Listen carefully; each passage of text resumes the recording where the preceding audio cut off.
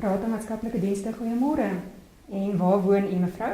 Het u dalk 'n idee van die dogtertjie wat so mishandel word? Hoe oud is sy? Hoor jy? Ja, ek is so bly jy hoor dit ook. Ek hoor dit elke dag en ek bly oor kan die pad.